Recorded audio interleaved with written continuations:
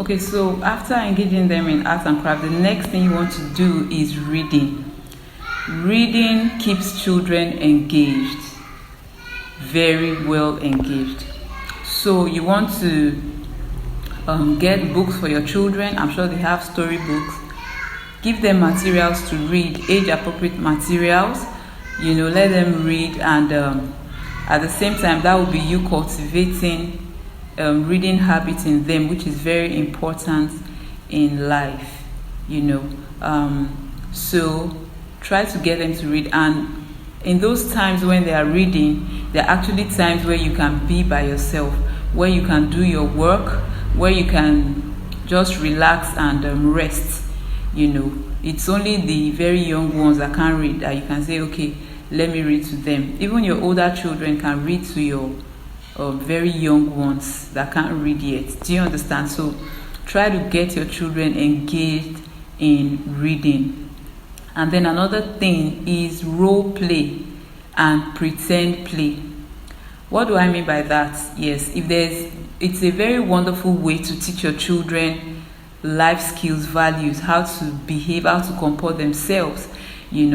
So if you want your child to stop hitting his or her sibling, you can act a drama and make sure you as the parent, you are playing the role that you want your child to emulate.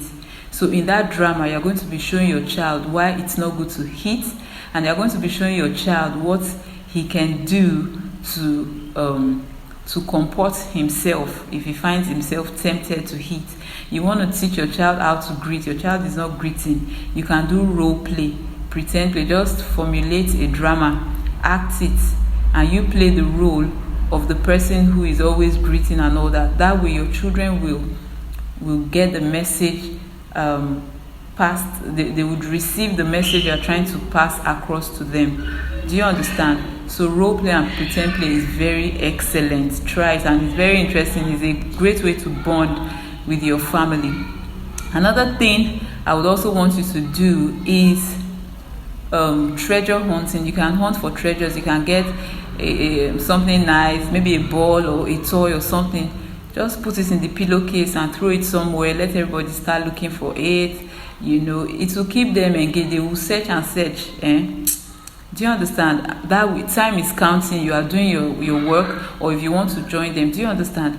This way, by the time they do all of this, how many times are they going to come and tell you they are hungry? How many times will you have to be going to the kitchen? It will reduce drastically because they are actually productively engaged and they are learning. Remember that the idea is for these children to learn through play. Even if it seems they are playing, they are actually still learning. Yes. So these are some of the things that you can do. Another thing is board games. Cards, board games, very important. It's a great way to bond as a family. So you want to I'm sure you have Ludo, you have Monopoly, chess.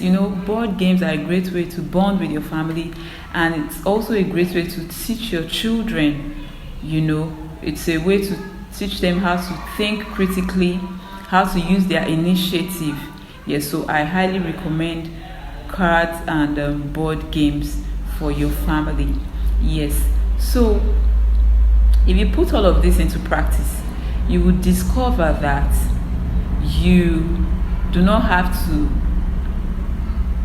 jump up and down after one child all through the day. Do you understand? Yes. So I want you to put all of this into practice. It's not about just learning, it's about implementing. Don't forget, most importantly, to create a schedule, create a routine. It's very important. And then create a to-do list for your child. In the school routine of your child, the homeschool routine of your child, we have the morning routine, the play routine, and all that. So for the homeschool routine, that is where your child has to do some schoolwork and all that. Make sure there's a to-do list. Make sure that things you already outlined what each child will do. It will save you a lot of stress, a lot of headache.